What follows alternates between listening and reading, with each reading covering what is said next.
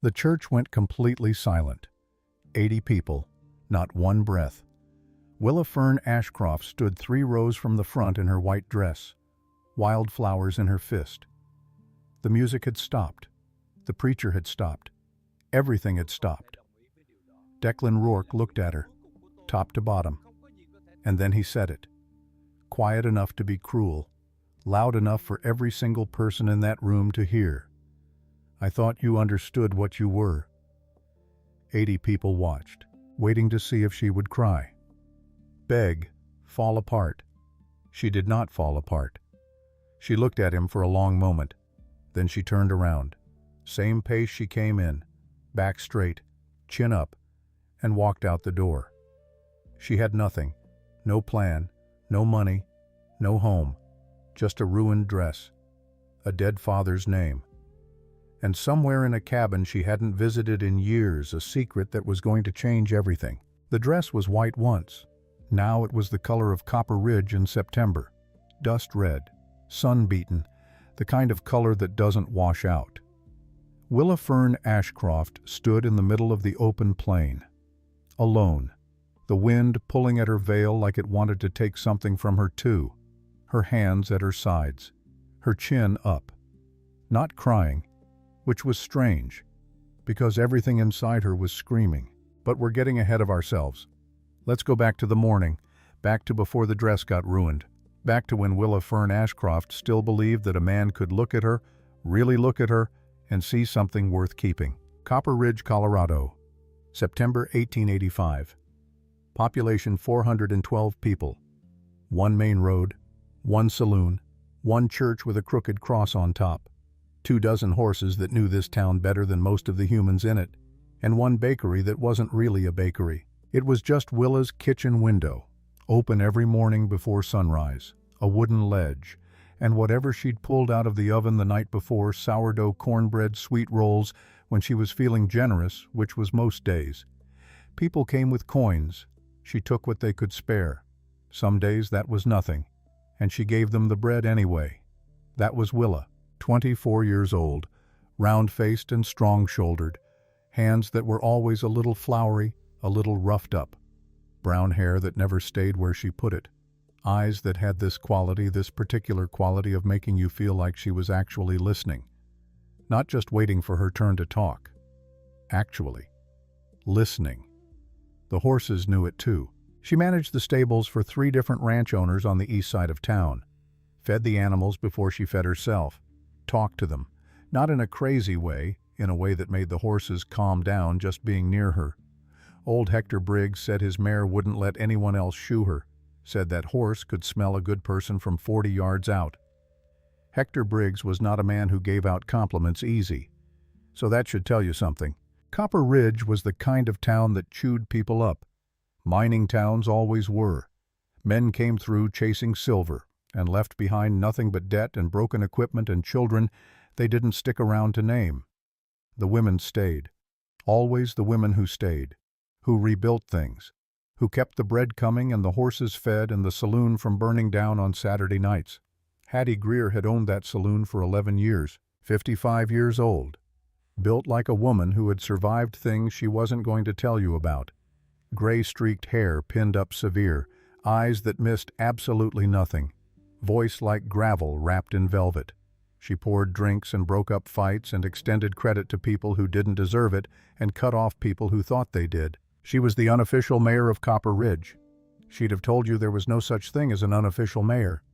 Then she'd have gone ahead and made a decision that affected the whole town and not asked anyone's permission.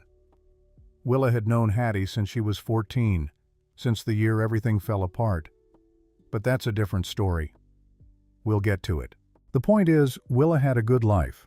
Not a glamorous life, not a life that anyone was going to write poems about, but a good one. Useful, warm. She knew every person in Copper Ridge by name and most of their horses by name too, and she made bread that made people close their eyes when they ate it. That was a life. And then Declan Rourke walked into it.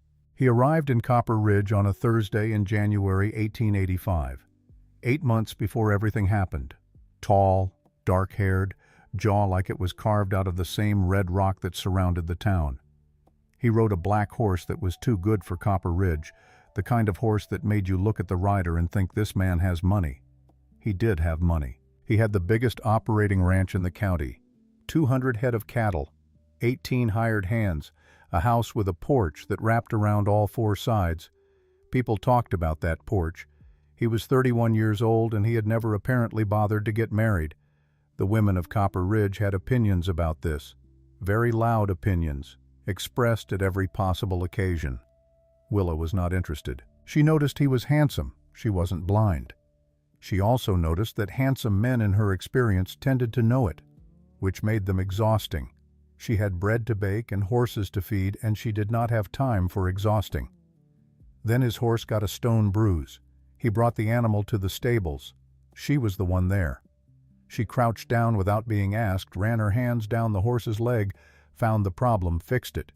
He stood there watching her. "You're good at that," he said. "I know," she said, and went back to work. He came back the next day, and the next. Not always with a horse problem, sometimes just to talk. He'd lean against the fence post, that specific lean like he had all the time in the world, and ask her things. About the bread, about the town, about what she thought of the new assay results on the Western Ridge. Nobody had ever asked Willa what she thought about assay results before. She had opinions. Turned out she had a lot of opinions. He listened to all of them. And that right there was the thing. Not the jaw, not the porch, not the money, which she didn't care about. It was the listening. It was the way he leaned toward her when she talked instead of away. The way he laughed at the things she said that were actually funny instead of just being polite about it. She started looking forward to Thursday mornings. Then, every morning, he asked her to dinner in March. She said yes before she finished thinking about it. 8 months. 8 months of dinners at the hotel restaurant, of walks along the ridge at sunset, of him sitting on the fence while she worked and talking about everything and nothing, of learning each other slowly the way you learn a new landscape first, the big shapes, then the details, then the things that are only visible in certain light. She learned that he was from Missouri originally, that his father had been a drunk and his mother had been the strongest person he knew, that he'd come west at 19 with $40 and a mule and had built everything himself. She respected that. She understood building things yourself. She told him about her father, Silas Ashcroft, who had been a miner and a dreamer, and the kind of man who could make a cold cabin feel warm just by walking into it, who had died when she was 14, shot by road agents on the trail back from the assay office carrying a worthless claim and $12 cash. She had not talked about her father to anyone in years. She talked to Declan for an hour about him, and at the end of it, Declan put his hand over hers on the fence rail and didn't say anything, just sat there. And somehow that was exactly right. So, when he got down on one knee in front of Hattie's saloon in April in front of half the town, because Declan Rourke apparently did not do anything quietly, Willa's first instinct was to look around and make sure he was kneeling in front of the right person. He was. She said yes, again before she finished thinking about it. The town cheered. Hattie Greer, watching from the saloon doorway, did not cheer. She raised her glass. One slow, deliberate movement. Her eyes on Willa the whole time. Not quite a smile. Something more complicated than a smile. Willa didn't notice. She was too busy being the happiest she'd been in 10 years. The wedding was planned for September. 6 months to prepare. Which sounded like a lot until suddenly it was August, and there were still 47 things left to do. The dress came from Denver. It took 6 weeks to arrive, and when the box was finally opened in Hattie's back room, because Hattie had a back room where important things happened, Willa stood there in it and something happened to her face, something she didn't have a name for. Joy, maybe, but more specific than that. The particular joy of a woman who has told herself for a long time that she doesn't need beautiful things, and then sees herself in something beautiful and realizes she was lying to herself. The dress was white cotton lawn with eyelet trim. Simple.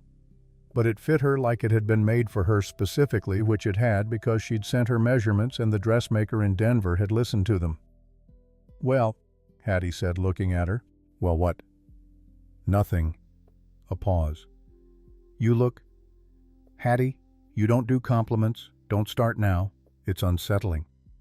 I was going to say you look like yourself, which is—" Hattie stopped. "Just make sure he deserves it." Willa laughed. "That's the most romantic thing you've ever said." That wasn't romantic. That was a warning. But Willa wasn't really listening. She was looking at herself in the small square mirror propped against the wall, and thinking for the first time in a long time that she was enough, that she was more than enough, that this was happening and it was real, and she had earned something good. The dress went back in the box. The cake was planned 3 tiers vanilla bean elderflower frosting. Willa made it herself, obviously. 80 guests, the whole town. Everything was ready. The night before the wedding, September 14th, 1885.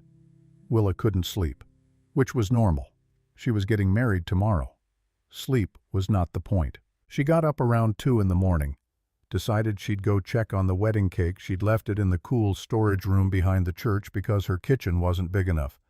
Also decided she'd check on her horse because she always checked on her horse when she couldn't sleep, and because old Murphy had been favoring his left foreleg and she wanted to make sure he was all right.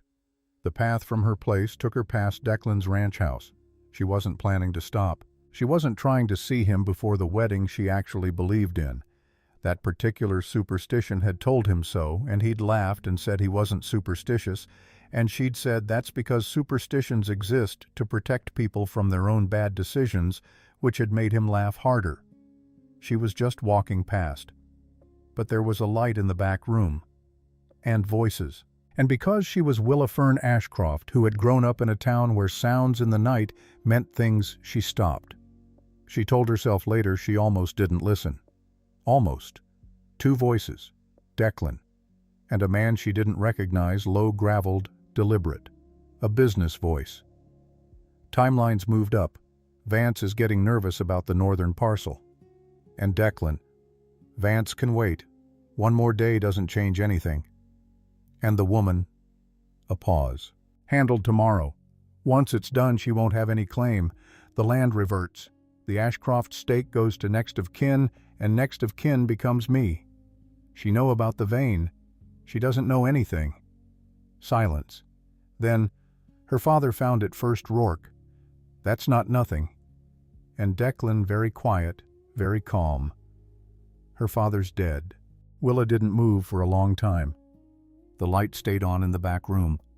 The voices kept talking. She couldn't hear them anymore. There was something wrong with her ears, or something wrong with the air, or something wrong with the entire night, which had been ordinary 10 minutes ago and was now. She walked away. Not running. Walking. Carefully. Like the ground might not hold if she moved too fast. She went to the stable. Old Murphy lifted his head when she came in. She put her forehead against his neck and stood there in the dark, smelling horse and hay and the particular dry, cold smell of a September night in Colorado. The land reverts. The Ashcroft stake. Her father's dead. She stood there for a long time, part of her. The part that had spent 8 months trusting this man, that had told him about her father for an entire hour, that had said yes before she finished thinking. That part said, "You misheard. You were tired. It's 2 in the morning and you're nervous and you misheard." Another part of her said nothing at all, just listened. She knew what she'd heard. She also knew, and this was the part that would keep her awake until dawn, that she didn't know what to do with it. If she said something now, the night before the wedding, what happened? If she didn't say something, what happened? If he loved her and she'd misunderstood, if he didn't love her and she hadn't. She sat down in the hay next to old Murphy's feet. The horse lowered his big head and blew warm air onto the top of her head. She made a decision. Tomorrow. She would see what tomorrow looked like. She would walk into that church and she would look at his face when she came down that aisle, and she would know. She was good at reading things, horses, people, the way a landscape changed when something was wrong underground. She would know. She didn't sleep. The sun came up. She put on the dress. The whole town was there. That was the thing about Copper Ridge weddings. They weren't events for the couple. They were events for everyone. Because nothing else happened here. There was work and there was church and there was Hattie's saloon, and occasionally someone got married or someone died, and both events got the same level of attendance. 80 people crowded into and around the church, spill over onto the road. Old Hector Briggs in his good hat, which he only wore for funerals and weddings and had worn for both kinds of events so many times that most people associated that hat with dread. The cake was on the table outside. 3 tiers. Perfect. Willa stood at the back of the church in her white dress, holding a small bunch of whatever wildflowers she'd been able to find that morning, dried-looking, a little wilted because it was September in Colorado, and wildflowers in September in Colorado had given up. And she thought, okay, here we go. Declan was at the front. He looked exactly right. That was the terrible thing. He stood there in his good coat and his clean shirt and his jaw that was carved from red rock, and he looked like a man waiting to get married. He looked like everything she'd imagined. She started walking. He watched her come, and she watched his face. She was looking for something, some crack, some flicker, the thing that would tell her what the night before had meant. His eyes on her, that long, slow look from the back of the church to the front. She saw it. Not love, calculation, just for a second, half a second, the speed of a man checking something off a list. She saw it, and then it was gone, replaced by the smile. The warm, practiced smile that she had spent 8 months believing was just for her. She stopped walking, not dramatically, just stopped. 3 rows from the front. The music kept going for a moment, then stuttered, then stopped too. Everyone looked at her. Declan's smile didn't move. Willa, his voice easy, warm, perfectly controlled. She didn't say anything. And something happened in his face then, something impatient. The smile held, but the thing behind his eyes shifted. A man who needed this done, who had a schedule, who had not accounted for her stopping in the middle of the aisle. He looked at her, top to bottom. And then, because impatience makes people careless, because being a certain kind of man for a long time makes you forget that other people are in the room, he said it. "I don't know what you're doing," he said. Quiet, but not quiet enough. "But you're making a scene, and frankly," a pause, a small, ugly pause. "You're embarrassing yourself more than you know." Someone in the church inhaled. "This is—" He stopped, started again, glanced around at the crowd like they might help him. "I thought—" And then, because he was cornered and cornered men say the thing they know will land, "I thought you understood what you were. I don't know why you thought this," a gesture, at her, at the dress, at all of her, was going to work. 80 people. Total silence. Willa felt it, the whole room holding its breath, waiting to see what she would do. Whether she would cry, whether she would beg, whether she would make this easier for him by falling apart. She did not fall apart. She looked at him for a long moment, and then she turned around, slowly, and walked back out the door.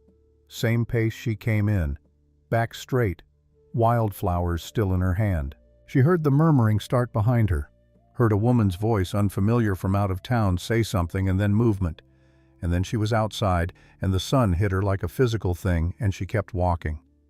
She heard behind her the church doors open again, didn't look back. She found out later what happened after she left.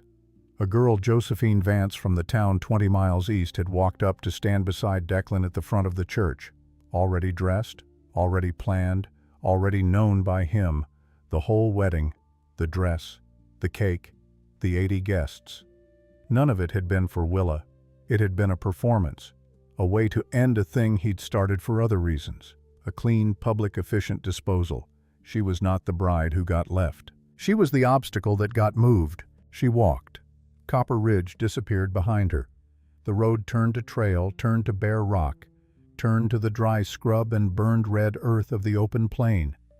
The wedding dress picking up dust at the hem, the wildflowers slowly dying in her fist. She walked until her good shoes gave her blisters. Then she kept walking. The sky turned colors. Afternoon. Then late afternoon, the shadows going long and orange across the rock. She ended up where she always ended up when things broke. Her father's cabin. Silas Ashcroft had built it himself 30 years before.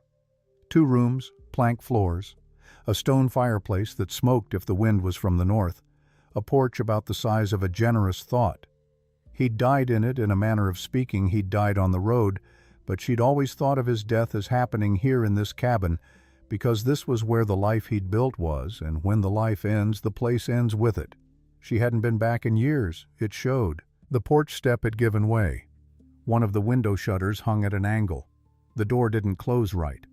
Inside was dim and dust thick. She could see the shapes of things she remembered but roughed over, hazed, like a memory going soft at the edges. The table he'd built, the shelf where he kept his survey books, the hook on the wall where he hung his coat. She stood in the doorway for a long time. Then she went inside. She set the wildflowers on the table, which was a strange thing to do, and she knew it. But they were the only thing she had that was clean, and she wanted something clean in here. Then she sat down on the floor. And the thing she'd been holding since 2 a.m, since the voice through the window, the schedule her father's dead, that thing came loose. She pressed her fist against her mouth and cried. Not gentle crying, not graceful movie-style crying that looks good in low light. The other kind, the heaving, airless kind, the kind that takes everything else in the room hostage. She cried for Declan Rourke, who had looked at her with calculation. She cried for the 8 months she'd spent believing something that wasn't there. She cried for the dress and the cake and the 80 people who had watched her walk out. She cried for her father, which surprised her. But there it was. Silas Ashcroft dead at 47, shot for $12, and a claim that went nowhere, and she had been 14 and had not let herself cry properly then because there was no one to take care of things if she stopped. She cried until she had nothing left. Then she sat in the quiet dust. The sun was setting through the crooked shutter. Orange-red. The same color as the road, as the dirt, as everything in this part of Colorado that had been baked long enough to give up any other color. She leaned her head back against the wall and slept. She woke in the dark to the sound of nothing. Which was the thing about out here? No town sounds, no horses or voices or the low perpetual hum of people living near each other, just wind and her own breathing and the creak of the cabin settling.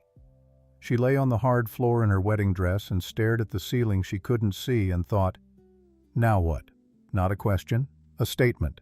The kind of thought that has given up on punctuation. Now what? She had no plan. She had a wedding dress and blisters and a father's cabin falling apart around her, and the specific low-grade horror of knowing that 80 people had watched something happen to her today and would be talking about it for years. She had nothing. She pushed herself up. Her back ached from the floor. Her feet ached from the walking. Everything ached. She stood, steadied herself with one hand on the wall.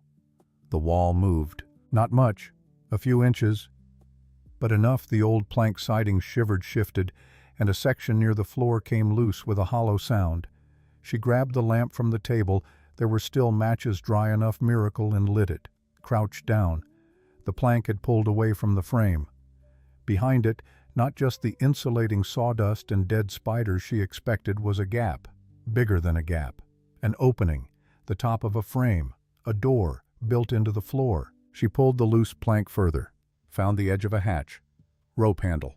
She pulled it. It came up. Cold air, dark, the particular smell of deep earth, clay, and mineral, and something almost sweet that she couldn't name. Stairs, going down. She went down. Obviously she went down. Anyone who says they would have stopped right there and gone back to sleep on the floor is lying. The lamp threw light down ahead of her. 7 steps. 8. The ceiling lowering the walls, going from plank to raw earth, and then a room. Not large, the size of her kitchen, but solid, the walls braced with timber. A bed frame, real wood, not rope, with a rolled blanket on it that had gone stiff with cold and time. A trunk. 3 crates stacked against the far wall, sealed with wax. Hooks on the wall with things hanging from them, tools, a leather satchel, what she recognized as a holster. And on the small table against the wall, a lantern, a tinderbox, and a book. Leather-covered, worn at the corners, tied shut with a cord. She crossed to it, picked it up, opened it. Her father's handwriting. She knew it immediately, cramped and slanted like he was always in a hurry, which he always was. Pages of it, dense and small. Notes, diagrams, numbers. She turned to the first page. Survey log Western Ridge parcel begun April 1871. She turned pages. More survey notes. Sketches of rock formations. Numbers she didn't understand. The careful record of a man who had been looking for something for a long time. She turned to the last written page and stopped. Because this page was different. This page was not survey notes. Clara. She blinked. Read it again. Willa. He'd crossed out Clara, which had been her mother's name, and written Willa above it, like he'd started writing and then remembered who he was writing to. If you're reading this, it means I've gone and left you to figure things out on your own. I'm sorry for that. I tried to set things up so you wouldn't have to figure out too much. The hatch behind the south wall plank, you found it. Good girl. I always knew you'd find it. What's in this room is yours. The crates have provisions, should be good for a year if kept sealed. The trunk has tools and what you'll need to get started. The satchel on the wall, there's a document inside. Important one.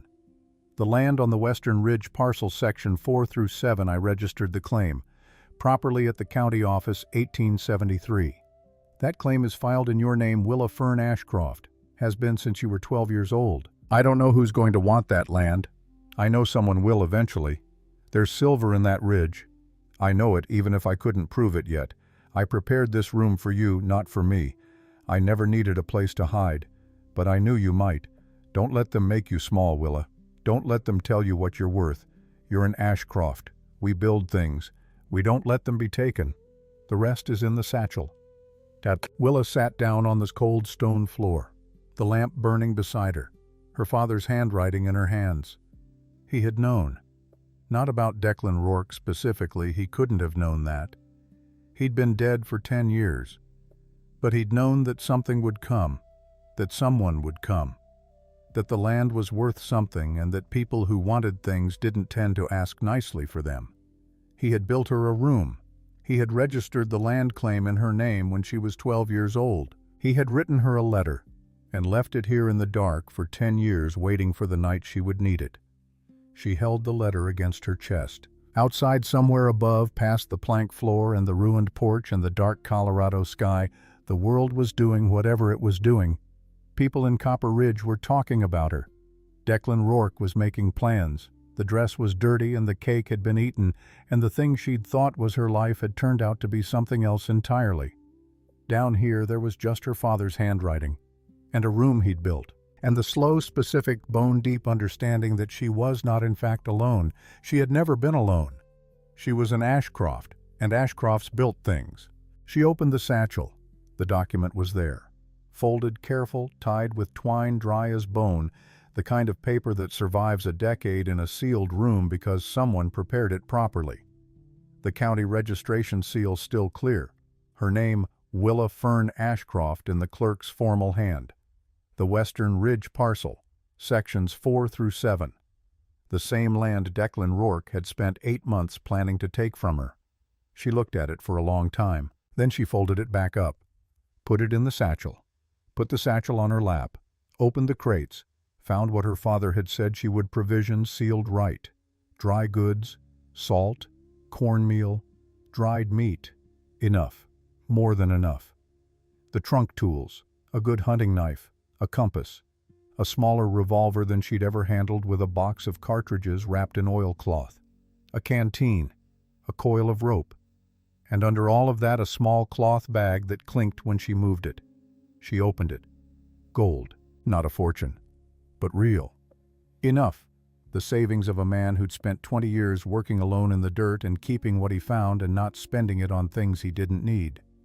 She sat in the room her father had built, holding his gold in her lap, in her dirty wedding dress, with her blisters and her ruined wildflowers and the specific wreckage of the day sitting somewhere up above her where she couldn't see it anymore. She made a decision. Not today. Today she would sleep. But starting tomorrow she was going to figure out exactly what she was capable of, and then she was going to do it. Every last bit of it. She blew out the lamp, lay down on the stiff rolled blanket, pulled it around her, and for the first time in 24 hours, she slept. Outside the cabin door in the dark on the first step of the broken porch sat Hattie Greer, a shawl around her shoulders, her boots still on, a tin cup of something that had long since gone cold in her hands.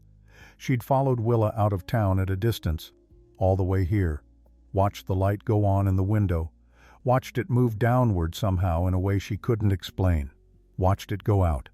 She'd sat down on the step and waited. She wasn't going to knock. Willa didn't need knocking right now. Willa needed to be alone with whatever was happening inside that cabin, but she was going to sit here, through the night, just in case. Dawn came the way it always did on the Colorado plain, fast and without apology. Orange burning the edge of the world, cold air that smelled like sage and coming winter. The cabin door didn't open. Hattie stood up, knees aching, not as young as she used to be, sitting on broken steps in the cold. She reached into her coat pocket, pulled out a cloth-wrapped bundle. Bread. That morning's bread from the hotel kitchen, traded for with 2 bits, and Hattie's particular manner of asking for things that made people not want to say no. She set it on the step, looked at the door one more moment, then she walked back toward Copper Ridge. She didn't leave a note. She didn't need to. Inside the cabin, 6 feet underground, Willa Fern Ashcroft slept through the entire thing. She would find the bread when she woke up. She would stand there looking at it for a long time. And she would know, without being told, without any note or explanation, exactly who had put it there, and why. And somehow that would be the thing. Not the letter, not the gold, not the legal document with her name on it, the bread on the step. She would find the bread when she woke up. She would stand there looking at it for a long time. Then she would go back inside and start. The first rabbit got away, obviously.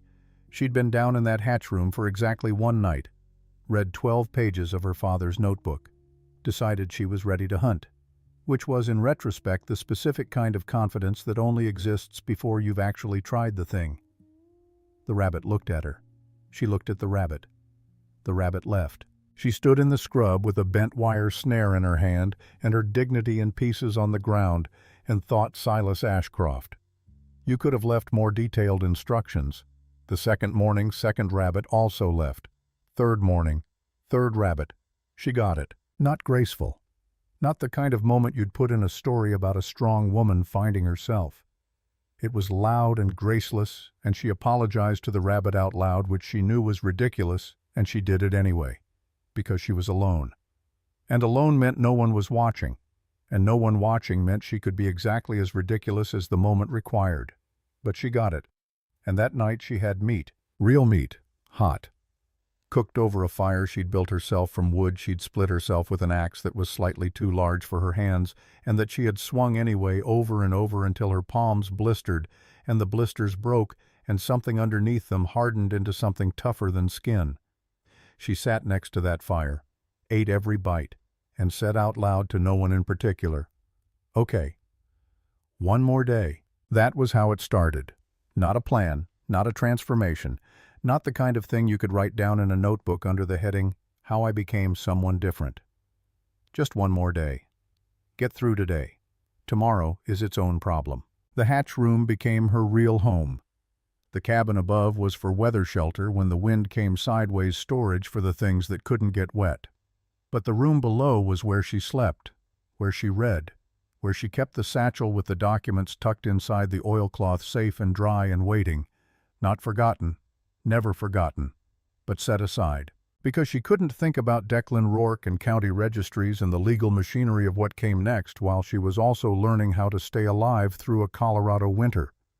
The mind only has so much room. She'd learned that fast. Fill it with too many problems at once and nothing gets solved. Pick the most urgent one. Solve that. Then move. The most urgent problem in October 1885 was not Declan Rourke. It was food. Silas Ashcroft's notebook had 47 pages. She read all of them, then read them again, then read certain pages so many times the paper went soft at the corners from her fingers. His handwriting was cramped and slanted, like his thoughts moved faster than the pen which they always had. She remembered that about him, the way he talked, fast and certain, like he'd already worked out 4 steps ahead and was impatiently narrating the first one to someone who was still on step 2. She could hear him. Reading the notebook, she could hear him so clearly it was almost unbearable, the particular rhythm of him. The way he'd say something practical and then slip sideways into something that wasn't practical at all. Something almost philosophical, like he'd forget for a moment he was writing a survival manual and remember instead that he was a man who thought about things. Water the spring on the north face runs clean even when the creek goes muddy. Get there before noon or the elk beat you to it. Fire the trick is the kindling, not the log. Women always try to light the log. Don't light the log. Light the kindling. The log will catch when it's ready. You can't force a log. You can only prepare the conditions. Snare placement 3 inches off the ground. Not 2, not 4. 3. I don't know why, I just know that's right. She smiled every time she read that last one. I don't know why. I just know that's right. That was so entirely Silas Ashcroft that it made her chest ache in 2 directions at once. November came in cold and fast and without apology. The plain hardened overnight. The scrub went silver gray. The sky turned that particular flat white that means the cold isn't done arriving, it's just sending advance notice, like a very polite disaster. And Willa learned things about herself, about her body, about what she was actually made of underneath the soft exterior that the world had apparently decided was the whole story. She was stronger than she looked. This shouldn't have surprised her. She'd been hauling flour sacks and managing horses and kneading bread dough since she was 16. But somewhere along the way, in the accumulation of small comments, sideways glances, the particular way certain people looked at her and then looked away, she'd absorbed the general impression that she was soft, that her body was a liability. That strength was something that lived in other people's frames, not hers. She'd been wrong. The axe swing she found within 10 days. Not the brute force version that one hurt, that one pulled something in her left shoulder that took a week to stop complaining. The right version. The one her father described in 3 sentences on page 14. Pivot from the hips, let the weight of the axe do the work. Your job is direction, not force. She read it. Tried it. It didn't work. Read it again. Tried it differently. Closer. 3rd time. 4th time. 5th time it clicked. The axe fell true. The log split clean. And something in her body said, "Oh, that's how." After that it was automatic. Like a door had been unlocked that she hadn't known was closed. The horse was harder. There was a horse, she found it or it found her on the 3rd day out. A dun-colored mare. Young. Not broken. Running loose on the eastern flat, probably separated from someone's gather in the chaos of late season. Maybe wild, impossible to know. Willa did not try to catch her. She left the cabin door open one night with a pile of hay just inside the threshold. The mare ate the hay. The next night, Willa moved the hay further in, 2 feet inside the door. The horse stood outside and looked at the hay, looked at Willa, stepped inside, ate, left. The next night, Willa sat next to the hay. The horse stood outside and looked at all of it, the hay, the woman, the whole complicated arrangement for a very long time, then stepped in, ate, left, came back. This went on for 2 weeks, each day a little more, a little closer. The horse's enormous velvet nose getting nearer and nearer to Willa's shoulder until one evening it just rested there, heavy and warm, the horse's breath against her ear. Willa didn't move, just sat. "I'm here. I'm not going to hurt you. We're just figuring this out together." She named the horse November, because that was the month, and because it seemed right to name something after the time it decided to trust you. December. She'd been out here 3 months, and Copper Ridge might as well have been a story she'd once heard about another woman's life. Sometimes she thought about it, standing at the North Face spring in the cold morning water so clear it looked like poured glass. She'd think about the main road at dusk, the saloon windows, that warm, ugly gold light spilling out into the dust, the sound of the town voices, horses, the distant ring of the smithy, all of it blurred together into the low, constant hum of people living near each other. She thought about Hattie, the bread on the step. No note, no words, just bread, and the dent in the dust where someone had sat all night. Don't let them make you small. Her father. In her head. Getting louder the quieter everything else got, which was strange, actually. She'd expected the quiet to hollow her out. That's what she'd feared, the silence becoming an absence, becoming nothing, becoming the sound of a woman who had nothing left and nobody coming. It didn't do that. The quiet did the opposite. It filled up, slowly at first, then all at once. The way a room fills with morning light, you don't see it happen moment to moment, and then suddenly it's bright and you wonder how it got that way. She started noticing things she'd never had time to notice before. The way frost formed on the south window in specific patterns, always the same basic structure, always completely different in detail. The way November's ears moved when she heard something Willa couldn't hear yet. The way the light on the plane at 3 in the afternoon in December was a color she didn't have a name for. Not gold, not white, not the flat gray of overcast, something between all of them. Something specific to this place at this hour. She started looking forward to things. Small things. The fire in the morning, the first light, November's nose against her shoulder at feeding time. The notebook. She found the pages at the back in December. She'd read the notebook front to back a dozen times, but she'd always stopped at the survey notes, the technical pages, the ones she needed. She'd somehow treated the back section as private, which was strange because the whole notebook was her father's private thoughts, and she'd been reading them for 2 months. But something about the back pages she'd seen from a glance that they weren't technical, that they were different, had made her hesitant. She read them on a cold December night with the fire burning low. What I know about being alone out here. First, it will try to convince you that discomfort means you're doing it wrong. That's a lie. Discomfort means you're doing something new. New things hurt until they don't. Second, it will try to convince you that needing to cry means you're weak. Also a lie. Crying is the pressure valve. Use it. Otherwise, something else breaks. Something you can't fix as easy. Third, and this is the one nobody tells you, the hardest part of being alone is not the cold or the hunger or the work. The hardest part is the silence. Real silence. The kind where there's no one coming, no voice to tell you what to do, no one to be brave for or careful for or responsible to.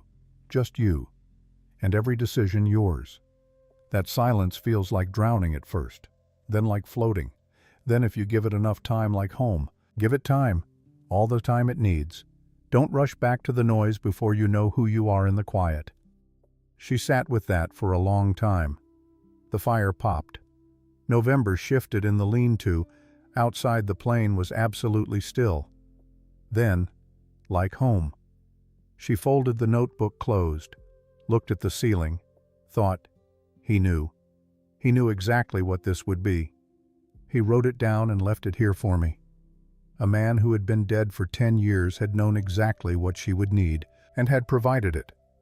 She pressed the notebook against her chest, held it there, didn't cry, not because she was being strong, but because she'd used that particular pressure valve 3 times this week already, and she was genuinely okay right now. Present, grounded, in the specific good way of a woman who is alone and has stopped fighting the alone and started living inside it. Give it time. She had time. She was going to use every bit of it. Christmas came without announcing itself. She figured it was around the right time, the angle of the light, the depth of the cold, the particular blue-black quality of the nights. She'd lost track of the exact date somewhere in November. The days had stopped being named. They were just the day with the big kill, the day November spooked at a fox, the day the south window frosted in a pattern that looked almost like a tree. She made cornbread from the crates, lit both candles in the hatch room, talked to her father. Not like she'd lost her mind, she was clear on the fact that he wasn't there. But she talked to him the way you talk to someone when you're alone with something they left you and you want them to know you're using it well. That the thing they made mattered. That it's holding. November figured out the lean-to latch, she said. From the inside. I don't know how. I watched her do it twice and I still don't entirely understand the mechanics. You'd have loved her. Silence. Fire. The snare placement was right. 3 inches. I've tried 2 and I've tried 4. 3 is right. I don't know why either. Silence. I'm not ready to go back yet. She looked at the ceiling. I know what's waiting. I know what I have in the satchel and what it means and what I'm going to have to do with it. I need to be more ready than I am. I need to be the kind of ready where When I walk into that room and put that document on the table, nobody looks at me the way—" She stopped, started again. "Nobody looks at me the way he did, in that church, like I was something to be handled." A pause. "I need to walk in there like a woman who has been handling things herself for a very long time, which I have been. I just need to also look like it." She blew out one candle, saved it. "I'm working on it," she said, then lay down and slept the best she'd slept in months. January 1886. 4 months out. The body had completely stopped complaining. That was the clearest sign, not the muscles or the calluses or the way she could now split a full cord of wood without her shoulders protesting. It was the silence from inside, the absence of the daily argument between what she was doing and what her body thought it was capable of. That argument was over. She'd won. And into the space where the argument used to be came something else, something she didn't have an immediate name for. It wasn't confidence exactly. Confidence had always suggested something she performed for other people. This was internal, structural, the way a building is solid not because it looks solid from the outside, but because the joinery is right all the way through. She was right all the way through. She noticed it in small ways, the way she moved through the cabin efficient, no wasted steps, the way she read the weather now without thinking about it, the smell of the air, the behavior of the birds, the particular way November's ears tracked north when pressure was dropping, the way she'd stopped checking over her shoulder when she was outside. She belonged here, not forever. She knew that. There was a life waiting in Copper Ridge, a reckoning, a document, a fight she was going to have to finish. But for now, for January, she belonged exactly here. She heard him before she saw him. Footsteps. Hard ground. Not trying to be quiet, which was either confidence or stupidity in her experience. Those two things shared a body about 60% of the time, and the only way to tell them apart was to wait and see what the person did when things got complicated. She was splitting wood behind the cabin. He came around the south corner and stopped. Medium height, weathered face, eyes doing that thing trying to look easy, not managing it. A man who had been told this errand would be simple and was already revising that estimate. She kept splitting wood. "Help you," she said, looking for the Ashcroft place. Found it. He looked at her, at the axe, at the stack of split wood that was, she knew, considerably larger than he'd expected. "You're the woman." "I'm a woman, yes. Declan Rourke sent me." The axe came down, clean split. She set another log. "Did he?" "Name's Court Denny." Said like it should mean something. "Court Denny," she repeated, neutral, giving him nothing. "I'm here about the land claim, on the Western Ridge." "What about it?" "Mr. Rourke believes there's a registered document that affects his interests. He'd like to discuss the matter." She set another log. "He sent you to discuss?" "That's right." "From town? In January?" "Yes." 7 miles? "Yes, ma'am." She stopped splitting, looked at him properly for the first time, took him in the coat, the boots, the way he was standing, not threatening, tired maybe, a little uncomfortable. A man doing a job he'd been told was easy and was discovering was not. "How much is he paying you?" she said. A pause. "That's not— I'm asking because you don't look like a man who's being paid enough for January in the cold." She leaned on the axe handle. "You look like a man who was told this would take an afternoon." Court Denny said nothing. "He wants the copy," she said. "The document I have here." Silence. "I'm going to tell you what I told myself 4 months ago when I was making decisions I didn't know how to make yet." She looked at him steadily. "The right move is rarely the comfortable one. It's usually the one that costs you something now but doesn't cost you everything later." He shifted his weight. "I'm just here to—" "I know what you're here for." She picked up the axe. "Here's what I'm offering instead. Whatever he's paying you, I'll double it. Right now. From the gold in that room." She nodded toward the cabin. "Not to bring him anything, not to fight anyone, just to ride to the county seat with me in March. Sign your name on a witness statement about this conversation, about the fact that you were sent here and what you were sent to find." Dead silence. The wind moved across the plain. November's head appeared around the lean-to corner watching. "That's," Court started. "The truth," Willa said. "I'm asking you to tell the truth in a room with a legal seal on the door. If the truth favors Declan Rourke, you've got nothing to worry about. If it doesn't," she looked at him, "then you want to be the man who told it, not the man who helped hide it." Court Denny stood in the January cold, looked at her, looked at the stack of wood, looked at November, who was still watching him with the serene judgment of a horse that has decided she has opinions about people. "He's not going to like this," Court said. "No," Willa agreed. "He's not." A long pause. The longest pause. She didn't fill it. She'd learned 4 months of silence had taught her that the urge to fill a pause is almost always wrong. Let the pause breathe. Let the other person sit in it. Let the silence do its work. "Double," Court said finally. "Double." "In writing?" "In writing. Signed today." He nodded. One slow dip of his head. The nod of a man who has surprised himself. "All right," he said. He left an hour later with a signed agreement in his coat pocket and a counting of the gold that satisfied them both.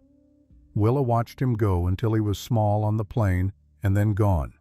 Then she sat down on the chopping block. Let her heart do what it wanted for about 3 minutes, which was considerable, because she'd been very calm out there. Very level. The kind of level that costs something that borrows from somewhere deep and has to be paid back. She was allowed to collect the debt now that he was gone. 3 minutes of her heart racing and her hands shaking slightly and her brain catching up to what she'd just done. She'd just turned Declan Rourke's weapon into her own. She'd just taken the man he sent to take from her and pointed him in the opposite direction. She hadn't raised her voice. She hadn't picked up the rifle. She'd just thought, clearly, in the moment, like a woman who had spent 4 months alone with her father's handwriting and had learned to take the problem in front of her and find the angle that nobody expected. The right move is rarely the comfortable one. She hadn't known she was going to say that until it came out. But it was true, and she was going to need to remember it. February. 5 months out. And February was hard in a different way than everything before it. Not the body. The body was fine. The body had stopped being a problem and started being a tool. She moved through the days with an efficiency that would have been unrecognizable to September's Willa, the woman in the white dress who had blisters from a short walk and couldn't start a fire on the first try. February was hard because of the quiet. Not the good quiet, not the floating quiet, the home quiet that her father had described. The lonely quiet. She was lonely. She had been lonely before and ignored it in the town, in the crowd, in the 8 months with Declan Rourke, where she'd talked and laughed and shared herself, and had been, she now understood, entirely alone the whole time. But this was different. This was the honest loneliness of a person who knows what genuine connection feels like and does not have it right now and is not pretending otherwise. She missed someone to say things to. Not important things. The small things. The way November had figured out the lean-to latch. The frost patterns on the south window. The passage in the notebook she wanted to argue with, page 31, where her father had written something about patience that she thought was right in the abstract and wrong in practice, and she had 17 things to say about it and no one to say them to. She talked to November, at length, about all of it. November was an excellent listener, but still. She heard the footsteps on a cold mid-February afternoon, different from Court Denny's. Lighter, hesitant. The footsteps of someone who is not sure they should be here, who has been walking for a long time and is now at the edge of somewhere and is standing there deciding whether the last few steps are a mistake. Willa turned around. A woman, young, maybe 22, thin in the way of someone who hasn't been eating well for weeks, dark circles under her eyes, a good coat gone shabby at the elbows, brown hair escaping from a pin that had surrendered. Shoes. Willa's eyes went to the shoes immediately completely wrong for 7 miles of trail in February. Josephine Vance, standing at the edge of the scrub, looking at Willa like she'd already prepared for the worst and was waiting to receive it. The list of things Willa could have said was long. She'd had 5 months of quiet to compose it. She said none of them. "You walked from town," she said instead. Joe blinked. like she'd expected something else. Yes. 7 miles. I know. In those shoes. Joe looked down. Back up. I know. Willa looked at her. All of her. The circles under the eyes and the wrong shoes and the particular expression of a woman who has just done the bravest thing she's done in months and is now terrified it was the wrong call. She knew that expression. She'd worn it herself, walking out of a church. Come inside, she said. There's cornbread. Joe ate 3 pieces without talking. Willa let her. She understood hunger. Real hunger, the behind-the-eyes kind, the kind that narrows the world down to just the plate in front of you. You don't talk when you're that hungry, you just eat. The talking can wait. The 3rd piece gone, plate empty. Joe put her hands in her lap. I didn't know, she said. What he'd done, the whole of it. Willa said nothing. I knew there had been someone before me. I didn't know not the planning of it, not that it was deliberate. She looked at the table. I found out from his foreman, by accident, 2 weeks ago. And now you know. Now I know. A pause. He's doing it again, Joe said. My father's land, northern section. There's a claim my father registered in '79 and Declan has a lawyer from Denver building a case that the filing was procedurally improper. She stopped. Same thing, isn't it? Different name on the land, Willa said. Same architecture. Joe pressed her lips together hard. I left this morning, without telling him, just left. Where are you going? Joe looked up. Just looked. The answer was in the look. Oh.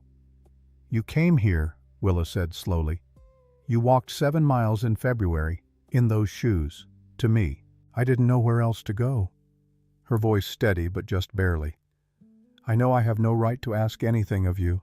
I know what I was part of, even if I didn't understand all of it. Stop. Joe stopped. Willa looked at her for a long moment. At the circles, the shoes, the coat, the particular expression of a woman who has run toward something because everything behind her was worse than the uncertainty ahead. You're not asking me to forget anything, Willa said. You're asking me to look at what's in front of me. A pause. Which is a woman who walked 7 miles to not be somewhere anymore. Joe said nothing. I know something about that, Willa said quietly, and got up to cut more cornbread. Joe stayed. This was objectively not the plan. The plan had been Willa. Alone. Get ready. March. County seat. End it. The plan had not included a house guest. But Joe Vance sat at the table in her wrong shoes and ate cornbread and did not ask for sympathy and did not perform helplessness. And the next morning, without being asked, got up before Willa and started the fire. Badly. The fire was bad. The kindling arrangement was wrong and the whole thing nearly smoked them out. Light the kindling, Willa said from the doorway. Not the log. Joe looked at the smoking mess. There's a difference. My father wrote 3 sentences about this. I will read them to you. Joe listened. Tried again. Better. Can you ride? Willa asked that afternoon. Joe looked at November. November looked back with her characteristic serene assessment. A little. We'll fix that. Where are we going? Back, Willa said. March, both of us. With the document and Court Denny's witness statement and both our stories in the same room. She looked at Joe steadily. 2 women with the same man's fingerprints on the same scheme. That's not a coincidence. That's a pattern, and patterns are what courts pay attention to. Joe was quiet for a moment. He'll say we coordinated against him. We are coordinating against him, Willa said, openly, with legal documentation. That's not a conspiracy. That's a case. Something shifted in Joe's face, not quite a smile, but the shape of one, the outline of one. All right, she said. Teach me to ride. The last 2 weeks of February. Joe was spectacularly bad at riding. This was actually genuinely funny, not in a mean way, in the way of watching someone discover that their body does not automatically know how to do a thing they assumed would be intuitive. She fell off November 3 times on the first day. Each time she stood up, checked that nothing important was broken and climbed back on. Willa showed her the snare placement. 3 inches, not 2. not 4. Joe approached every new skill with the expression of someone taking a very important examination, executing each step with careful, deliberate attention. Slow, but thorough, which Willa thought was actually better than fast and careless. Fast and careless got you in trouble. Slow and thorough got you through the winter. Nights they sat by the fire, talking. Sometimes not.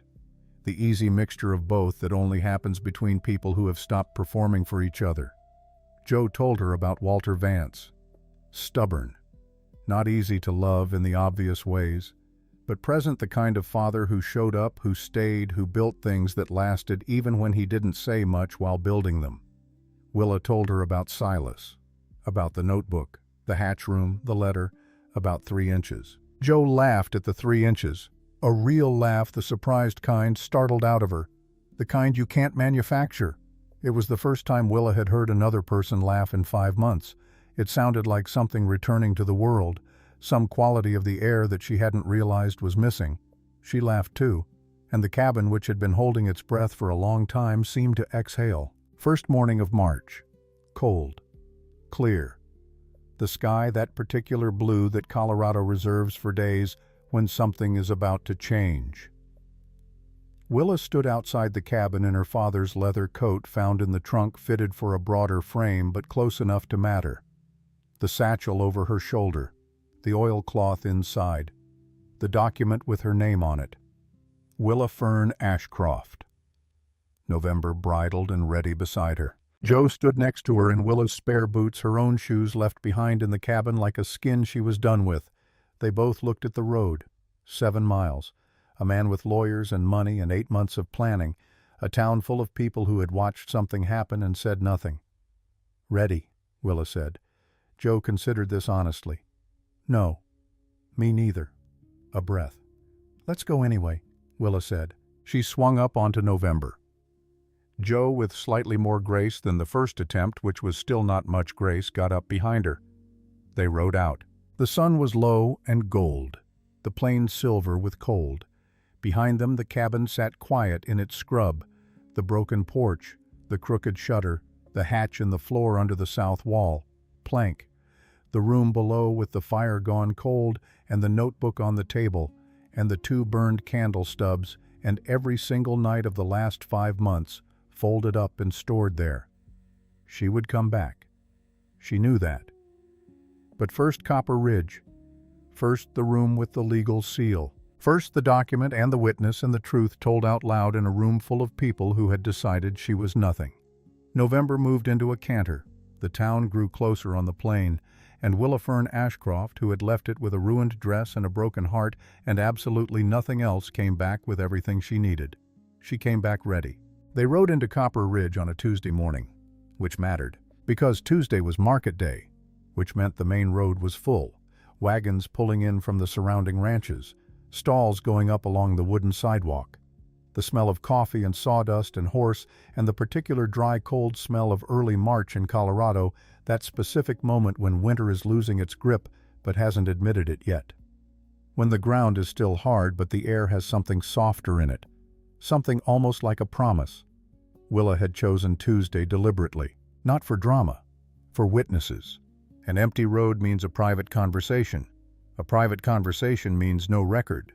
And she had learned from 47 pages of her father's handwriting and 5 months of thinking in the dark that the only things that stuck were the things that happened in front of people, the things that got written down, the things that existed in the open air where everyone could see them and nobody could pretend they hadn't. So, Tuesday, market day, 80 people on the main road. She and Joe rode in on November together. Joe behind her, both of them upright, both of them forward-facing in the specific way of women who have decided something and are not entertaining second thoughts about it. Nobody noticed at first, which was exactly right, because the not noticing gave Willa 30 seconds to look at the town before the town looked at her, to take it in. The crooked cross on the church, the hotel with its peeling sign, the smithy already ringing Hector Briggs at it early, that rhythm of metal on metal that was the heartbeat of the town, steady and indifferent and permanent. Hattie's saloon, dark at this hour, wouldn't open until noon. but smoke from the back chimney, which meant Hattie was in there, which meant the coffee was on, which meant the one person in Copper Ridge that Willa needed to see first, the only person she'd thought about with something like longing during the worst nights of February, was 20 yards away behind a wooden door. She swung down from November, tied the horse to the rail. Joe slid down behind her, straightened her coat, looked at the town with the expression of someone bracing for impact. "Stop that," Willa said quietly. "Stop what?" "Looking like you're waiting to be punished." She looked at Joe steadily. "You're not here as his wife, you're here as a witness. Those are different things. Stand like the second one." Joe took a breath, pulled her shoulders back. "Better." "Good," Willa said, and knocked on the saloon door. 3 seconds. 5. The sound of boots on floorboards. That particular unhurried pace, the pace of a woman who opens her door when she decides to open it, and not a moment before. The door opened.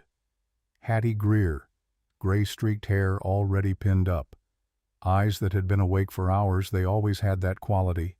Hattie's eyes, like sleep, was something she permitted herself rather than needed.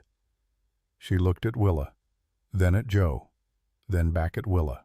The whole assessment took about 4 seconds. Then she stepped back from the door. "Coffee's hot," she said. The back room of Hattie's saloon. 3 cups on the table. The smell of strong coffee and old wood, and the particular atmosphere of a room where serious things had been said by serious people over a long period of time. Willa laid the satchel down, unfolded the oilcloth with the care of someone handling a thing that has survived a great deal and deserves to survive more. Put the document on the table between them. Hattie picked it up. Read every word. Not skimming, she never skimmed. She read the way she did everything, complete methodical taking in the full thing before forming an opinion about any part of it. Her eyes moved line by line, the county seal, the filing date, the beneficiary name.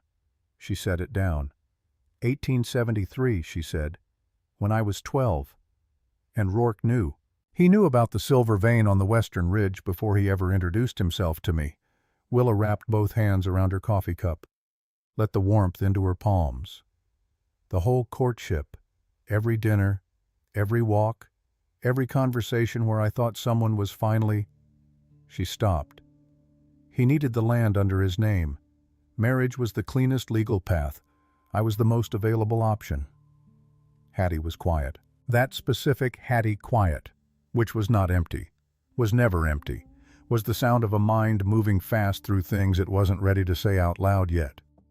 "Court Denny," Willa said. "He came to the cabin in January. Rourke sent him to find the document." She paused. "He's signing a witness statement at the county office at 10 o'clock. "Denny's a man of inconsistent principle," Hattie said. "He's a man who wasn't paid enough and knew it." Willa looked at her. "I paid him more, to tell the truth, in a room with a legal seal." A pause. The truth was already true. I just gave it a better audience. Hattie looked at her for a long moment. That expression again. The one that wasn't quite a smile and contained more information than a smile usually did. The expression of a woman watching another woman do something she'd been quietly believing was possible. "Joe Vance," Hattie said, looking at Joe directly. The full assessment look. Joe met it without flinching. "Good." "Her father's North Section claim," Willa said. "Rourke's been building a procedural case against the filing. Same architecture as mine, different name on the land." "So we have 2 registered claims," Hattie said. 2 women, 1 pattern." "A pattern," Willa said, "is what courts look at when one incident isn't enough." Hattie picked up her coffee, drank, set it down with the deliberate care of a woman making a decision.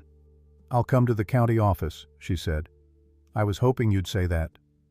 Hattie stood, smoothed her apron, looked once more at Joe, something passing between them.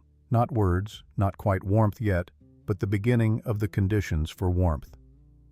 "There's something else," Willa said. Hattie looked at her. "The county office, Theodore Marsh." Willa paused.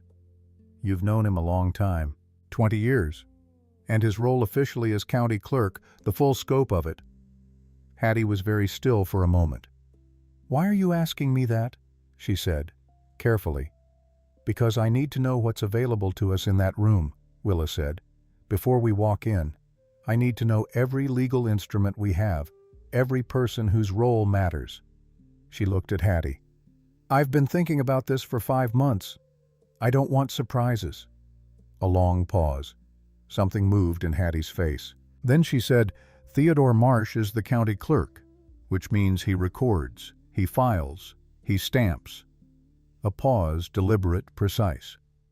He is also, by the territorial statutes of Colorado, a commissioned notary of public record, which means documents executed in his presence carry the full weight of county court admissibility.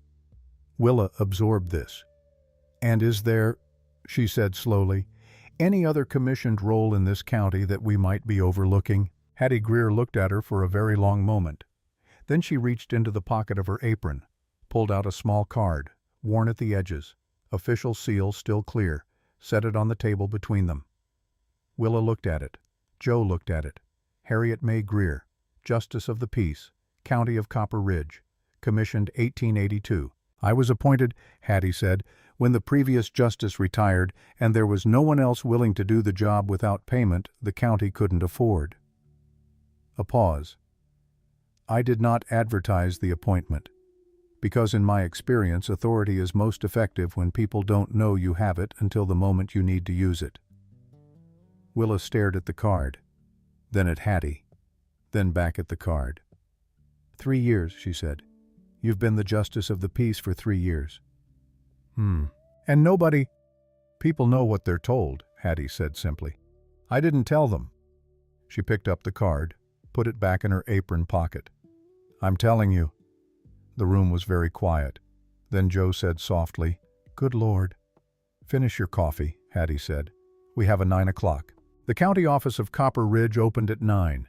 Theodore Marsh was already at his desk when they came in, thin, precise, spectacles, the posture of a man who believed in the correct ordering of things, papers, procedures, people, and found that belief confirmed daily by the chaos of everyone else. He looked up. 3 women, moving with purpose. He straightened his spectacles. Miss... He stopped, looked harder at Willa. Miss Ashcroft. Mr. Marsh? She put the document on his desk. I need a confirmation of registration on this claim. Western Ridge Parcel Sections 4 through 7, filed 1873. Silas Ashcroft beneficiary, Willa Fern Ashcroft. He picked it up, handled it with the specific reverence of a man who understood what papers were for, opened his ledger, found the page. His eyebrows rose the maximum increment for Theodore Marsh, who communicated primarily through precise adjustments of those eyebrows. This is, yes, he looked up. This has been a valid registered claim this entire... I know, she said. I need it confirmed on record, stamped, today. Of course, reaching for his pen. Is there a specific urgency? The door opened behind them. Declan Rourke, 914. With his lawyer from Denver, sharp coat, sharp eyes, papers already in hand. The whole presentation of a man who has arranged the outcome in advance and is here to collect it. He walked in. And stopped. The stop was, she'd be lying if she said it wasn't satisfying. It was deeply satisfying. The specific stop of a man whose mental model of the situation has just encountered reality and found them incompatible. His lawyer recovered faster. They always did. Mr. Marsh, stepping forward. We're here regarding the Western Ridge parcel, sections 4 through 7.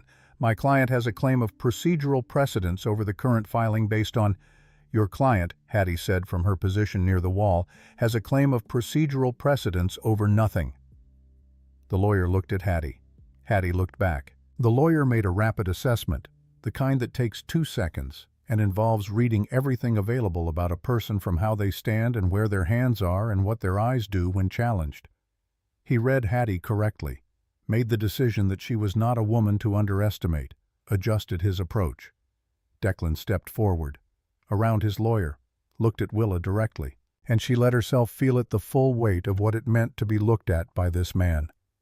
8 months, dinners, walks, every conversation where she'd thought this is real, this is real, this is real. She let herself feel the whole of it. Then she put it down. He was just a man, across a room, who had made calculations and was now facing the consequences of them. Willa. His voice. Warm. Practiced. The same voice that had asked her what she thought about assay results and listened to her answer and made her feel for the first time in years like her thoughts were worth something. This isn't necessary. The registration confirmation. She didn't look away from him. It seems fairly necessary, yes. I mean, a controlled breath. Whatever you think you heard. I know what I heard, she said. I was standing outside your back room at 2 in the morning on the 14th of September. I heard you and your associate discuss the timeline, the land, the silver vein. She paused. I heard you say my father's name. Silence. Complete. Absolute. I heard you say he was dead, she said. Like it was a solved problem. Another pause. He was my father. Declan said nothing. You came to me, she said, with 8 months of patience and a very good performance of a man who had found something worth caring about. And I... She stopped. Let the honesty of it sit in the room. I believed you, completely, because I wanted to, because you listened to me talk about my father for an entire hour, and you put your hand over mine, and you didn't say anything, and I thought, here is a person who understands what it is to lose something. She took a breath. But you weren't listening, she said. You were calculating. There's a man I know who listens. He's been dead for 10 years. And he's still from beyond that a better man than you managed to be while standing right in front of me. Declan Rourke's jaw tightened. Something moved in his face, complicated, layered the expression of a man who is not entirely without conscience but has spent a long time overriding it. The document is valid, Theodore Marsh said, mild, precise, looking at his ledger rather than any of them, which was the kind of professional tact that deserved acknowledgement. Filed correctly, recorded properly. The beneficiary designation is current and legal. He looked up. There is no prior claim that supersedes it. The lawyer from Denver looked at his papers, then at Declan, then made the face of a man rapidly recalculating what this afternoon was going to cost him in reputation. Mr. Rourke, he said quietly. A moment. Declan didn't move, still looking at Willa. I could have, he started. No, she said. You couldn't have. Because what you wanted required that I not know my own value, and I know it now. She looked at him steadily. I knew it before I left. I just needed 5 months in the cold to remember I knew it. His lawyer touched his arm. Mr. Rourke. Declan looked at his lawyer, then back at Willa. Something fell away from his face. Not the charm, the thing behind the charm. The mechanism, like watching a clock stop. He turned and walked out. His lawyer followed. The door closed. The room breathed. Willa stood very still. Her hands, she noticed, were shaking. Slightly. The fine tremor of a person who has been holding something very carefully for a very long time and has just been allowed to set it down. Joe stepped close beside her, their shoulders touching. You all right? Joe said quietly. Ask me in a minute, Willa said. She breathed. 1 breath, 2. The shaking slowed. All right, she said. Yes. Joe nodded. Theodore Marsh stamped the document. The sound of it, that clean, definitive sound of a stamp meeting paper, of something becoming official, of a thing that had existed in the dark for 13 years, finally entering the light, was one of the best sounds Willa Fern Ashcroft had ever heard. Court Denny arrived at 10 o'clock exactly. She had not been entirely sure he would. 80% sure. Which sounds like a lot until you consider that the remaining 20% had been living in the back of her mind since January, quiet and persistent. The small voice that said he took your money and he'll take Rourke's next, and you'll be standing in that office alone, and you'll have been wrong about the one person you thought you'd read correctly. He walked through the door. Dusty coat. Same weathered face. Eyes that moved around the room in 4 seconds, taking in Willa Jo Hattie, Theodore Marsh, the stamped document on the desk, and landed on Willa with an expression that was as close to respect as Court Denny's face appeared to produce. "Document ready," he said. "On the desk," she said. He crossed to it. Read the witness statement she'd written in February by lamplight, every word chosen carefully, the language borrowed from her father's legal documents and adapted for this specific purpose. Read it through once, then again. Picked up the pen. Signed. Theodore Marsh stamped it. And it was done. Legally. Permanently. Irrevocably done. They came out of the county office into the March morning. The market still going, the town still being itself. The smithy still ringing, Copper Ridge indifferent to the fact that something important had just happened inside one of its buildings. Willa stood on the step and breathed the cold air. Hattie beside her. Joe. Court Denny, who tipped his hat once and walked away, which was the correct amount of ceremony for the situation. And then old Hector Briggs came down the sidewalk in his dread hat, worn for funerals, worn for weddings, worn, apparently now for ordinary Tuesday mornings, and stopped dead when he saw her. Stared. "Miss Ashcroft," he said, slowly. "Mr. Briggs." He looked at her for a long time. Taking in, she was aware the leather coat and the different posture and the quality of a woman who has been somewhere and come back changed by it in ways that are visible. "You look different," he said. "I am different," she said. He nodded. "Once. The economy of a man who has learned to mean everything he says precisely because he says so little." Then he walked on. Word moved through Copper Ridge fast. By noon, the general shape of it was known. Willa Ashcroft came back. The Western Ridge document. The county office. Rourke's lawyer left early. Something happened. By afternoon, the specific shape, the registered claim, the witness statement, Court Denny's signature, the stamp. The lawyer from Denver who had performed the rapid calculation of a man understanding he'd been retained for a losing position. Declan Rourke said nothing publicly, which was, she understood, its own kind of answer. A man with a good counter-argument makes it. A man without one goes quiet. He went quiet.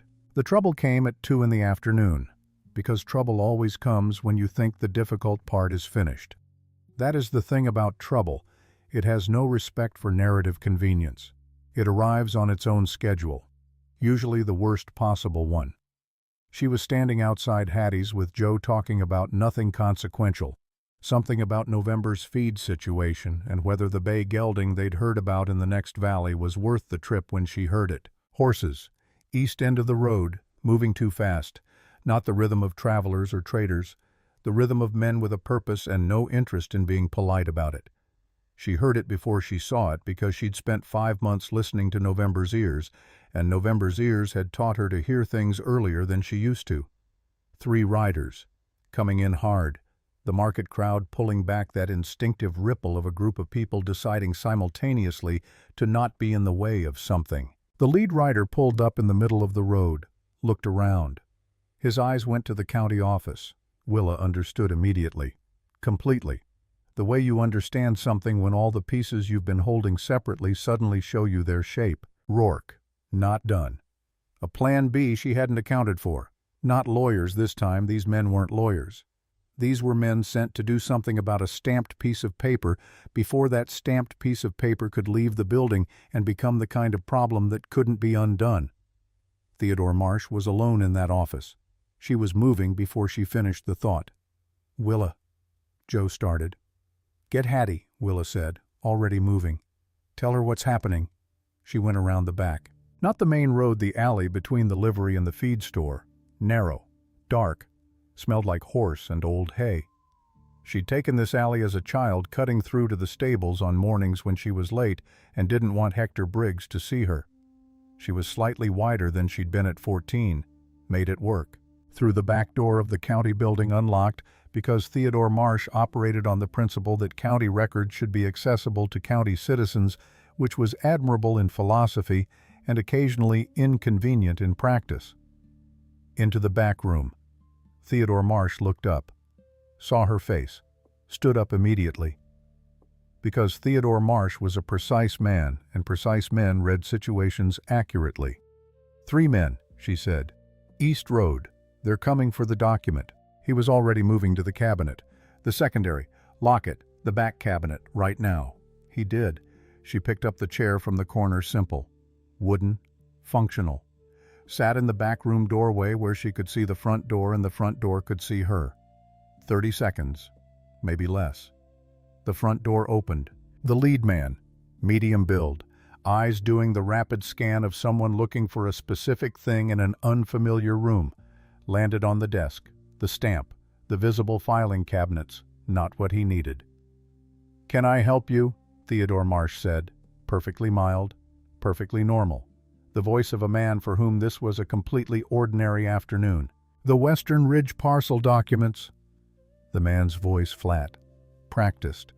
A voice that was used to getting things through the specific quality of its flatness.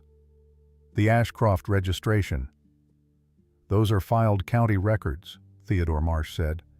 "Access to filed records requires a formal written request submitted to I need them now. That's not how the man stepped toward the desk, and Willa stepped out of the back room doorway.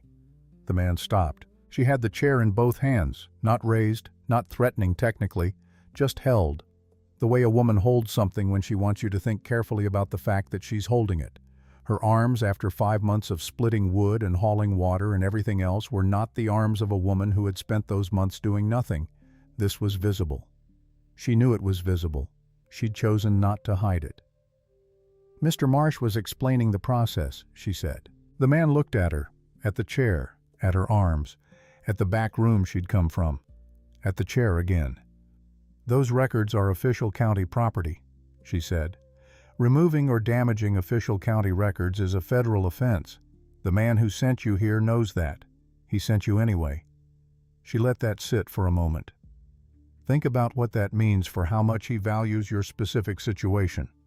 Silence. "He's done with this county," she said. "He's cutting his losses. You're currently in a room holding someone else's loss for them." She tilted her head slightly. "You can put it down any time." The man looked at her for a long moment. She looked back.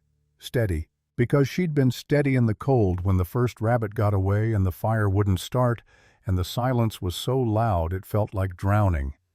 She'd been steady with Court Denny in January and in the county office an hour ago, and she had not used up her steadiness yet.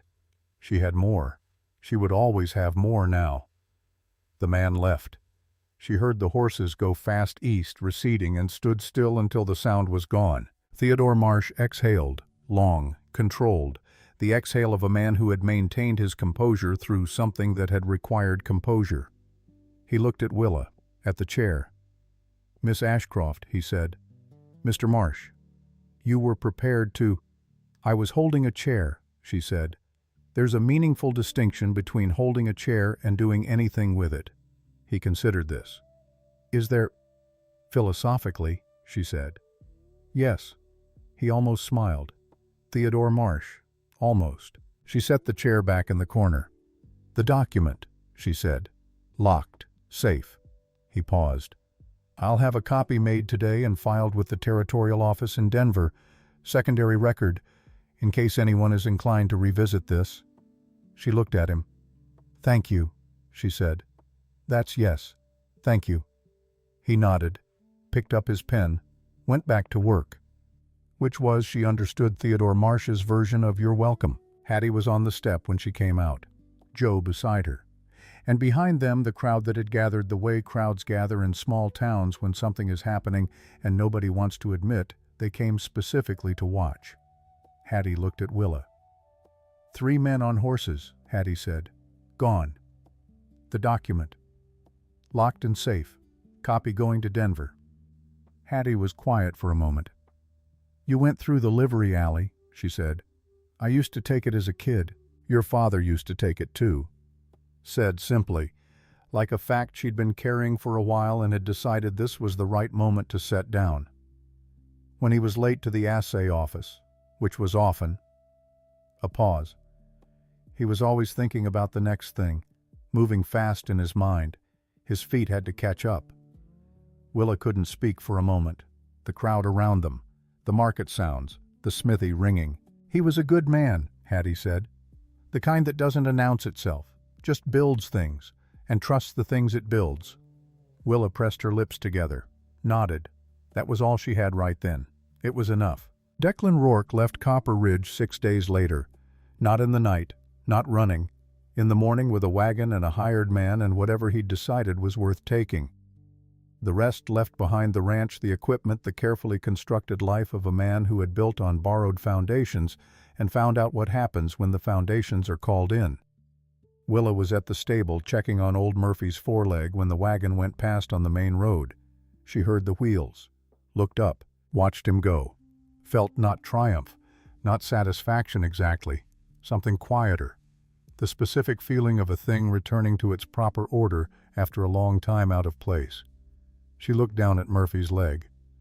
Almost completely healed, she told him. Took long enough. Murphy flicked an ear. She went back to work. What came after was ordinary, which was actually the most extraordinary thing. She'd expected the aftermath to feel like resolution, the chord landing in the right key, the story arriving at its proper ending note. Instead, it was just mourning, specific, present, real. She walked through Copper Ridge, and it was her town again. Not the town where something happened to her. Her town.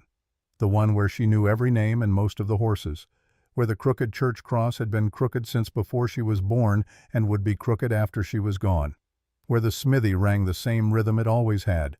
People spoke to her differently, not with pity, not with that particular sideways sympathy that had coated everything before September.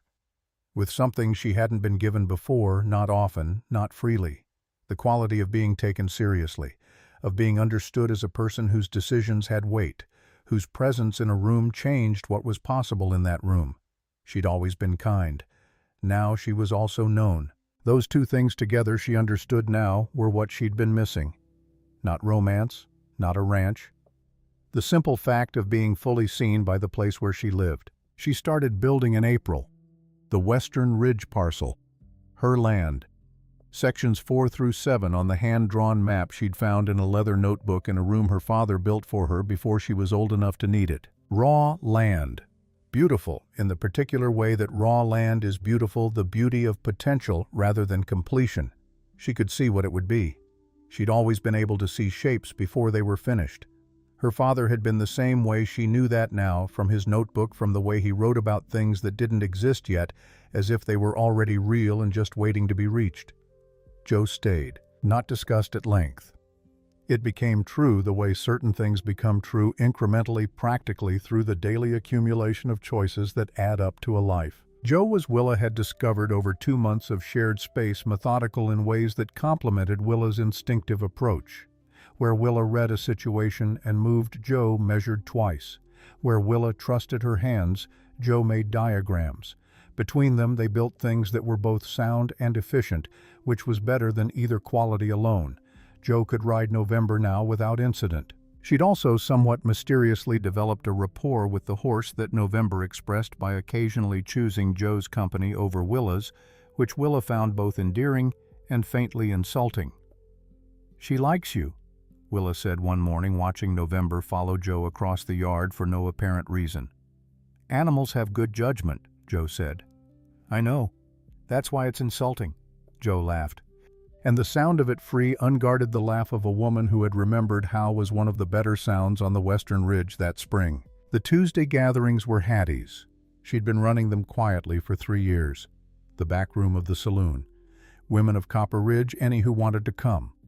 Practical things, basic bookkeeping, land rights as they applied to women in the territory, the specific legal instruments that existed and were available, and that nobody had bothered to explain to them.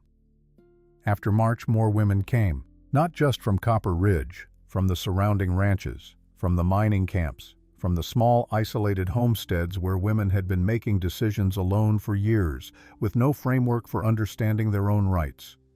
They came because word had moved. Word always moved.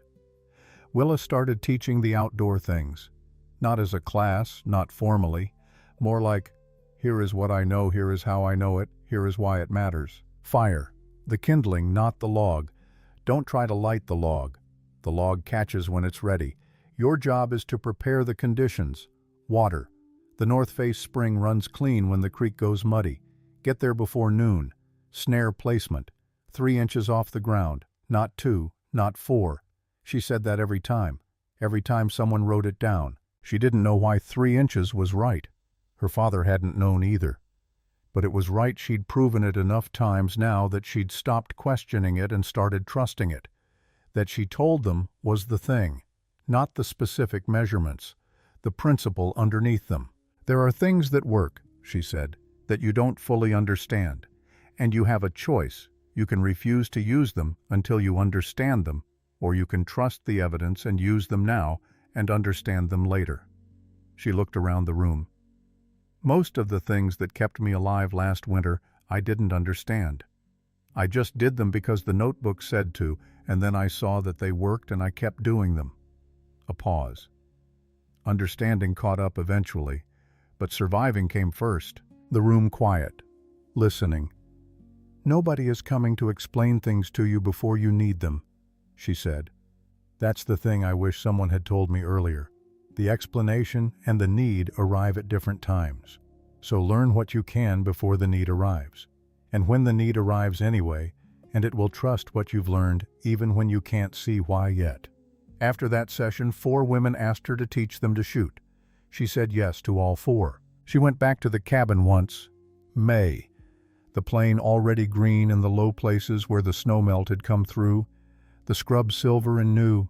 The particular quality of May light in Colorado, clear and direct, no softness to it, just honest. She stood on the broken porch, looked at the crooked shutter, the door that didn't close right, the step that had given way years ago and never been fixed. She would fix it, this summer. She'd come back and fix all of it. This place deserved to be sound. She went inside, down the hatch. The room was the same, cold, still. The notebook on the table where she'd left it. The 2 burned candle stubs, the blanket on the bed frame, the hook on the wall with the holster. She sat on the edge of the bed, looked around at what 5 months had looked like from the inside. She was grateful. Not in a complicated way, in the most direct way.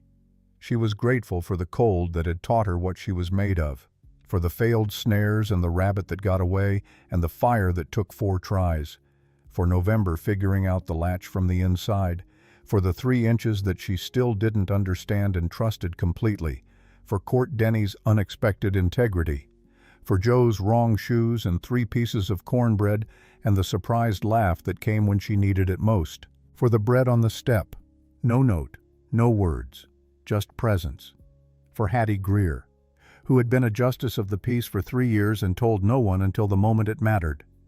She picked up the notebook, turned to the last page. Read it.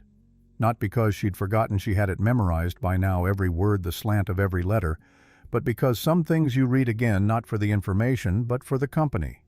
To sit with the person who wrote them. Don't let them make you small, Willa. Don't let them tell you what you're worth. You're an Ashcroft. We build things. We don't let them be taken.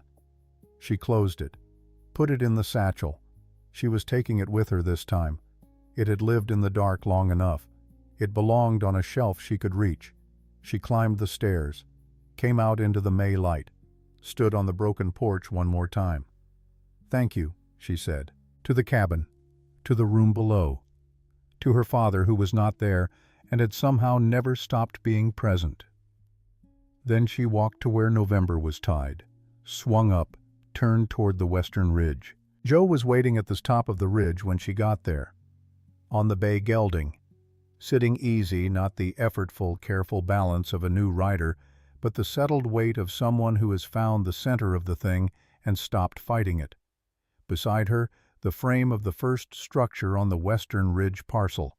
4 walls, a roof beginning, the shape of something that would be there when the snow came next year. And the year after.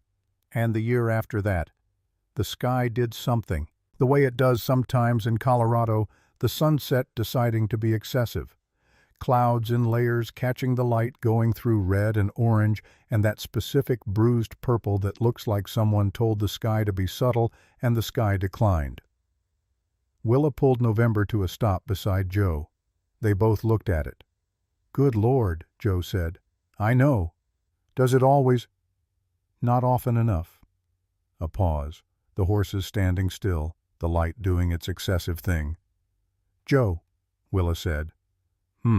Your father's North Section claim, the one Rourke was building a case against. We should file a confirmation registration with Theodore Marsh, same process as mine. She looked at the horizon. Before anyone else gets ideas. Joe was quiet for a moment. You don't. I know I don't have to, Willa said. I know that. A pause. My father registered my claim before I was 12 years old, before I knew what a claim was, before I could have done it for myself. She looked at Joe. Someone prepared something for me before I knew I'd need it. And it saved my life. Not figuratively. A long pause. Literally. It saved my life. She looked back at the sky.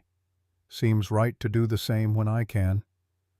Joe was quiet for a long time, the kind of quiet that is full of something. He'd have liked you, she said finally. My father, Walter Vance. Stubborn old man who built things and didn't talk about them. Sounds familiar, Willa said. He would have said you were terrifyingly sensible.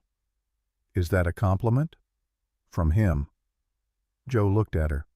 It's the highest one there is. Willa laughed. The real kind. The kind that comes from somewhere you weren't braced for.